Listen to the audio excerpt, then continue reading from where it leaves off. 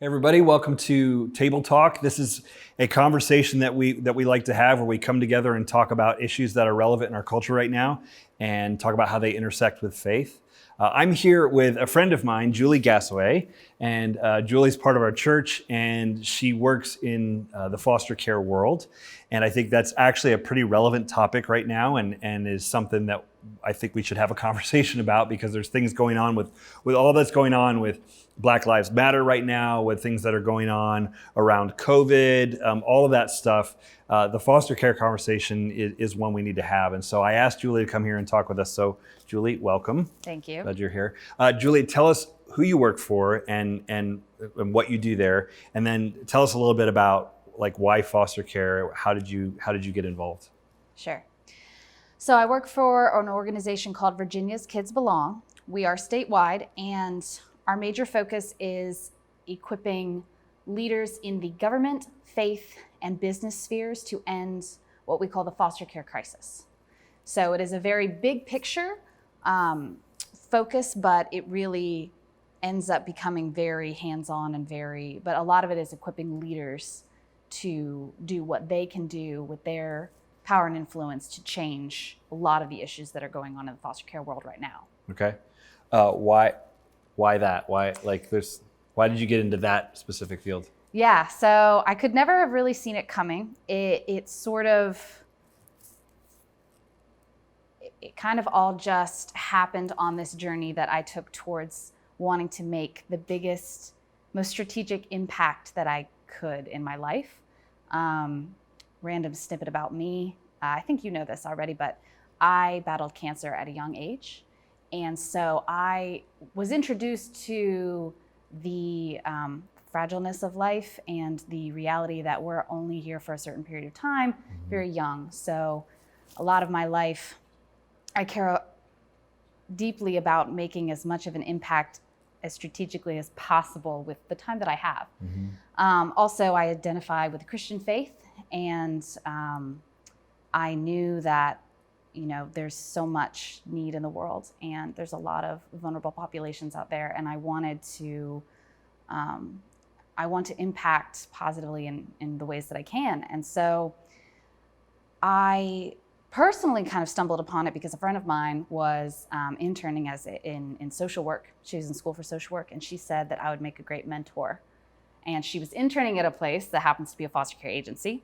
And so I signed up, and it just took me from there. Were you a great mentor? Did it happen? Was she right? I hope so. I'm actually still friends with the boy that I mentored. It's a good sign. 7 years ago. He was 10 in foster care when I met him, and now he is, about to be a senior in high school. Wow. He got to go. We call it reunification, when you're in foster care and then you're able to be reunified with your birth family.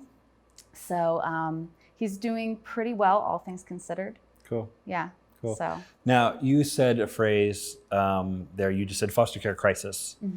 I got into foster care, my wife and I, and then through our church and with others in the community, including your boss. I got into this back in 2011, and that's when foster care crisis became on my radar as far as Virginia, what's going on, what should be going on, all that kind of stuff. But I think for a lot of people, if you say foster care crisis, you're like, I know what all of those words mean, I guess, but I don't really know how they all fit together. So kind of give us the lay of the land for people maybe who don't know what is foster care in Virginia, and why would you attach crisis to it? What's the challenge or the problem right now?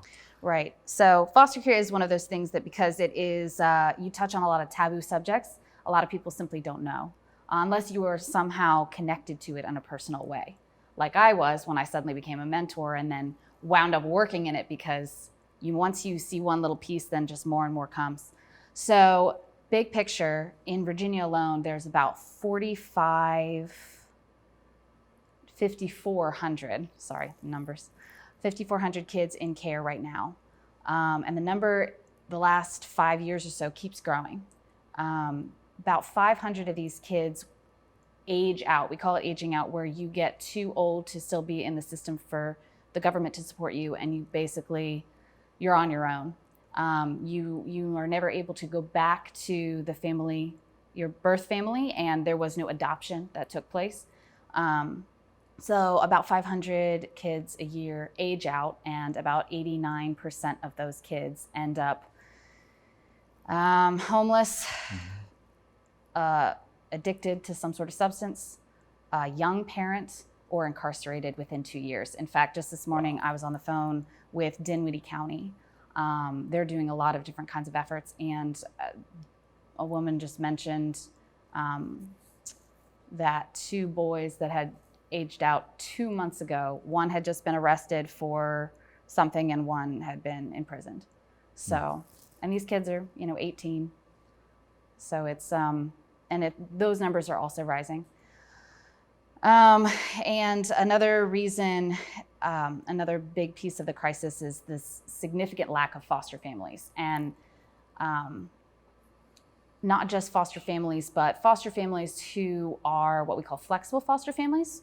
Families who, I think a lot of the time in our culture, we hear foster family, we think of taking kids in, and we often picture little ones, We think about adoption. We often attach adoption to foster care, but the two are very different. 9 times out of 10, fostering is actually just being a safe haven for children, families who are in a rough place, because of a cycle of poverty, because of, there's all sorts of things that cause it, and it just makes it so that the families are just unable to meet the children's needs in the ways that they need. And so a lot of foster families are safe havens for a period of time to provide stability, safety, and love to kids of all ages, from very little to up to 18, until their family is able to get the help that they need in order for them to reunify. So 9 times out of 10, it's that. Sometimes it turns into adoption. For the most part, it is a safe haven kind of situation. And if you look at the numbers, majority of the kids in care are actually teenagers or sibling groups. And so when a lot of people are like, I want to be a foster parent, like this is a way that I really want to make a strong impact, then you say, okay, they're teenagers or sibling groups, and then suddenly there's this major hesitation, which is understandable. Right, because a lot of people are thinking, I want to make an impact with a very small child, who's, that I can nurture and love. Right. And you're saying the largest group that's where the biggest need is probably teenagers or sibling groups. So it's like, I want to make a difference for one. Could you take 3? Because, do you have the capacity for that? Or are you open to teenagers because they're the ones that are actually going to at maybe a higher risk of aging out without having, that supportive network? Yeah, exactly. Wow. So statewide issue.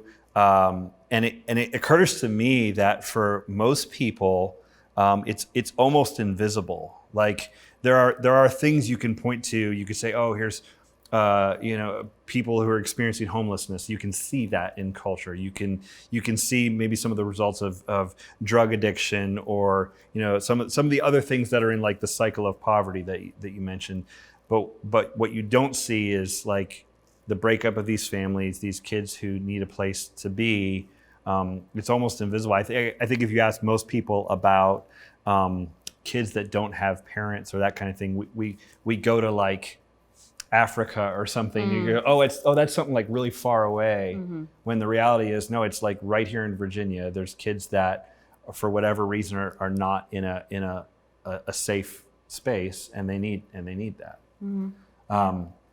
So as you've gotten into it and gotten involved with your work, I guess let me start here. Where are you seeing the good in it? Like where are you hopeful? Where has it been like, oh man, we're making some progress here, or here's some good things I'm seeing even in the system? Because once you get in, you see how broken things are. But where are you seeing something good so far? The thing about foster care is it's very real. It's one of those things where if you want what's real, we live in a culture now that's very marketed. I would say. Sure. I mean, I'm part of the generation that it's Insta, you can just put a filter on it and suddenly everything looks great, or it looks a certain kind of way. Sure. Foster care, you will get reality very quickly. So you'll see the good and the bad and the ugly and the beautiful. You'll see it all, which is why I love it so much, just because once you see it, you can't unsee it. And you'll get really rough stuff, but you get such raw beauty as well. I mean, the kids that I've worked with, the families that I've worked with, the social workers that I've met, it's just, I see the kingdom of God so much in all of these people's lives. One thing that I am really excited about with all of the stuff that's going on in our culture is this shifting in the idea of community and family. I think that I see it a lot in the foster care system, and kind of exacerbates some of the problems, is still clinging to this sort of nuclear family, things that was very much perpetuated in generations past, of this idea that family has to look a certain way, and success looks a certain way, community looks a certain kind of way. And as we've seen, that kind of mentality starts to really rip the actual community into pieces and starts to draw lines that aren't actually there, but if they're there in your mind, then it becomes real. Other side of the tracks, that whole thing, that all comes from, I think just concepts that people perpetuate. And so what I like, as rough as it has been, everything that's been going on, people are thinking differently and people are seeing one another differently. And so my hope, I've already seen it a lot. I've had people even, there's a lot of people my age, I'm in my late 20s, and a lot of people are not having kids as young, they're getting married later, all these sorts of things. But these people are the ones who are coming and saying, we're thinking about fostering or maybe even adopting, but we're thinking about like a middle schooler. And I'm like, there's a bunch. Yeah, sure. How many do you want? Yeah, for sure. That's awesome. Well, since you've gone there, let's talk about it. Let's get into that, because I think there's two things going on right now in culture. The two biggest that sort of dominate the news: COVID. We can talk about that in a minute, and what shelter and home meant in the foster care community. Yeah. We'll talk about that in a second. But let's do the other one, since you've mentioned it. This sort of a lot of racial tension in our culture right now, and a lot of frustration and the need for more understanding. The need foster care gets you into that. So my friend that Brian Mavis, who works sort of nationally on this issue, he said, I saw this on his Facebook page a couple weeks ago when all the first racial tension stuff started coming up after like George Floyd and all that. He said, it's good that you care about issues of race right now. If you really are interested in that and you really want to get into that and make a difference, the best thing you could do is get involved in foster care, because it's going to get you into all of that. I guess I would say, I'm assuming you agree with that statement, but unpack that for us. What do you think that's all about? What does he mean by that? Yeah, the thing about foster care is foster care lives in the world of the cycles of poverty. Most people, children who end up in foster care are normally not there because they came from, middle class, affluent families. It's because of generations of struggle. And children, even in Virginia, children in foster care are disproportionately of Black descent. And you'll just get right into all of it, because foster care is sort of what happens before all the other things: homelessness, substance use, incarceration. Like, all of those things are tied in with foster care so strongly. And so getting involved, my boss calls it going upstream, getting involved early on and being able to be, it's amazing, just carrying a caring adult in the life of a child who's going through those sorts of things. I mean, even some of the boys that, because it all happened to be like middle school boys that I ended up mentoring. I'm there for them, even though I'm no longer their mentor in any official sense. I'm still there for them. I still call them. I still make sure they're okay. I still just check in on them. And I'm this sturdy force in their lives. It's not even anything wild, meaning I didn't adopt them, but I'm there for them. There's a stability there that most of these kids have never had. And that, and mentoring there or being involved in the system, that has made you work across racial lines, maybe in a way that you might not have before. You said that a large percentage come from the Black community. So yeah, well, a disproportionate amount, ratio-wise. Right. So if you're going to be involved, there's a good chance, if you look like us and you're like a Caucasian family, right? There's a good chance you're gonna get involved in foster care with someone from a different ethnic background from you, right? Which brings up all sorts of questions and challenges. But and I actually think that's one of the things that is hard for people to kind of wrap their heads around on the front end of like, you say foster care adoption. I don't know if we say it out loud, but it's almost like there's an assumption, this person's going to kind of look like me in some ways or be similar to me. And you're saying, no, it's quite likely they're not like you in a lot of ways. And so you have to kind of be a bridge builder there. Yeah, I mean, for example, we did some COVID relief effort kind of stuff right when everything happened, because a lot of foster families, I mean, it was rough on a lot of families. Suddenly everything shut down. You're at home with your kids, all this stuff. Now imagine being a foster family or a brand new foster family. Yeah. Your first experience is everything shuts down. You can't go anywhere. You can't do anything. How are you even supposed to take your kid to their court hearing, for example, to see how their case, how everything is going, how their family's doing? Can you go see the birth family? It's all this stuff. So we called it a foster care survival kit, it was more like a psychological survival kit. Sure. Not like, it wasn't food as much as toys and games, special requests, that kind of thing. And so one of them was a bike. This little boy wanted a bike. And my boss became very connected to this particular situation. So she went in person to help pick out the bike. This boy was, I want to say, 9, and she didn't realize that he didn't know how to ride a bike. He had never sat on a bike. Stuff that we think is just so normal. And she had to teach him how to ride a bike for the first time outside of Dick's, because they were doing curbside pickup. Right. So you couldn't even go in the store. Yeah. And so these sorts of things, and yet she just cried afterwards, just like, I had no idea, I could never have anticipated something like that. But I mean, the mom who was fostering this boy, it just meant so much to her, because she was like, I didn't even realize that he didn't know how to ride a bike. So we, my family, when we got into foster care, we were doing respite care and just and we had a placement, and they call you. You can say to an agency, hey, I want our family, we're open to having a kid that meets these qualifications or whatever. And then they call you with sort of whatever, and you're like, well, let's give it a shot, and usually, often, because I don't think it does anyone any good to sugarcoat how hard this can be.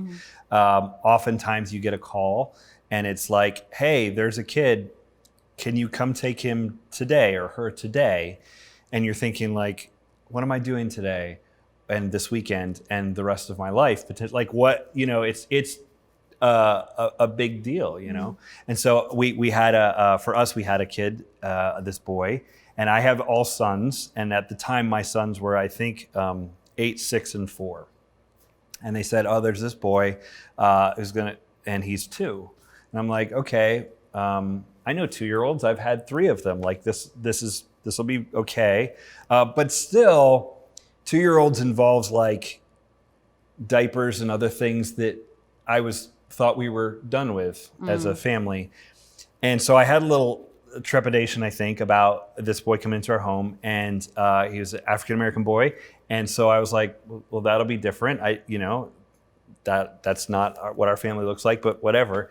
And man, as soon as he walked in the door, I felt this, because I had a little anxiety about it. As soon as he walked in the door, I felt this, oh, I know how to do this. Like this is a little boy. Like he may be different race than me. He may have come from a hard situation, but he's a little boy. Like I've had those. I know how to like make them run till they're tired and whatever. Like, so, but because it was a transracial thing, there was just stuff that I didn't know. I remember I remember how to care for his hair.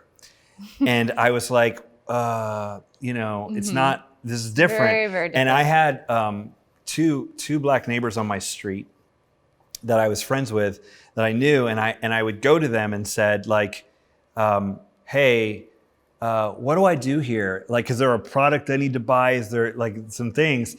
And they laughed at me, and it was like, well, it's awkward, but I just don't know how to do this, And so it was things like that you enter into, that you go, oh, okay, this is different. I mean, yeah, he's a little boy and we're all humans, and but there's some different things there. And then, like you said, getting into the court system, meeting birth mother, all the situation kind of surrounding her, like you learn a ton, and it exposes you to things, a whole different side of the world that I was, I guess, mostly ignorant of. And that right there, that is why more people should get into foster care. And that, I mean, if more situations like that happens, you being willing to be vulnerable and going over and to this neighbor, first of all, meeting your neighbors. No one does that anymore. My neighbors are just all scared of each other. Like I walk into my apartment building and everyone scurries up the stairs because just talking to strangers is so scary. You have such a menacing way about you, so that's probably why. That's just so intimidating. But just that, I think that is the root of so many problems, is the lack of vulnerability and the inability to ask for help and to even just reach out and go into those deep, sometimes hard spaces with one another, because it's hard, it's awkward, you don't know what to do. And then that whole, we live in a culture that really champions self-sufficiency and not needing help, and success and just doing it all yourself, and, rising to the top or whatever. But that's not even real. I mean, look at the world now. Things that were at the top are now being torn down. Sure. So. Yeah, I think it is good work, but we have to be honest. Like, it can be hard and messy, and we had, as parents in that system, we had our frustrations, and we had disappointments, and things didn't work out the way you hope. But if you can go into it, you said flexible foster families. If you can go in and go, you're going to have to be flexible here, because there's a good chance this isn't going to work out the way you want. And I think where a lot of people get a little hung up on it is, I need to do this to make something in my heart feel right. And it's like, maybe that's not maybe the best way to go into it. Go into it for the kids and be for them, rather than having them meet some need in your heart or something like that. I think that's maybe a better approach. Talk to me, because you did reference it. Talk to me about shelter at home, because when we went into shelter at home, I've heard someone say, we're all in the same storm, we're just in very different boats. And so shelter at home in my family, a family of 5, okay, I go home and there's people there, and we do that, and that's not terrible, but for some people it is a very hard situation. And one of my first thoughts was the foster care system. What happened as we shelter at home, and for a lot of people, they just sort of watch Netflix and all that. What was happening in the foster care system though, when they had to get into that? Right. 2 big things that I want to reference, and that is what happened. And again, I can't prove all of it with data yet, because it's all just happened, but certain things that I can point to. So birth families, and again, birth families mean where the children are coming from or will be coming from. And then current foster families, what happened with stay at home. So there's this thing called the October flood. People in the school system and in Department of Social Services term it that because mandated reporters, which are people who are legally bound to report signs of abuse and neglect in the community, are predominantly teachers and coaches, eyes on the kids. So they have this thing where after the summer, kids who are already in rough situations, hard situations at home, when they come back to school, there's a spike in the number of Child Protective Service calls that happen. And then there's a flux of children that come into foster care because obviously they're not in a safe space or not getting their needs met and they need to be removed from their home. So that happens in 3 months. School has been out for, and is going to be out for 6 at least.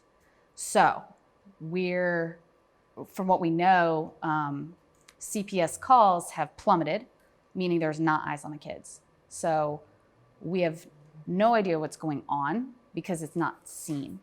And pair that with all of what's going on with unemployment and all of the stress and the fear that's gone on and a lot of the sickness that has gone on. A lot of the people who are taking care of these kids are, elderly, grandmas, grandpas, that kind of situation. So the October flood might be something of a tsunami.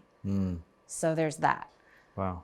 Another thing with foster families, it's hard enough being a foster family. You're bringing, like your situation, there's a lot of you don't know. And then even if you're super flexible, you can't bend backwards. We're not all Mr. Fantastic, So there's one story, a colleague of mine, one of her friends just started fostering and had a teenager right before the shutdown. And it was already rough, The kid was already like, I don't want to be here. I want to go home. It was just a hard situation. And then everything shut down. And this was their first, there's a couple, just like a young couple. And this was their first experience. So for us in the foster care world, we're like, oh my gosh, what if so many foster parents quit because things were so difficult? I mean, it's already hard. So there's that concern that a bunch of foster parents are either going to quit entirely or just say, I need a break. But there are still children. So you've got all these children who are probably going to come into care, and then the foster families potentially going like that. And we're in for, everything is kind of quiet right now. There's this weird, and then everything else is going on. It's almost like the lens has shifted. But those of us who work in foster care are like, and so that's why we're trying to tell people now. We're going to talk about like next steps, but no, go ahead, say that. That's fine. What is the now step? What should we be doing while we're waiting for the October flood? Yeah, well, for those, and I recognize, I talk a lot about fostering. It is true that it's not for everybody, and I would not want anybody to do it like you touched on with the wrong motives, because you're going to get a wake-up call real quick if you try to do that. Or if you do it out of a sense of guilt, or if you do it just any of those things, or really if it's not a good time, if it's not a good place, much better that you do it. You're never going to be 100% sure, but certainly don't jump in and put yourself in a really rough situation.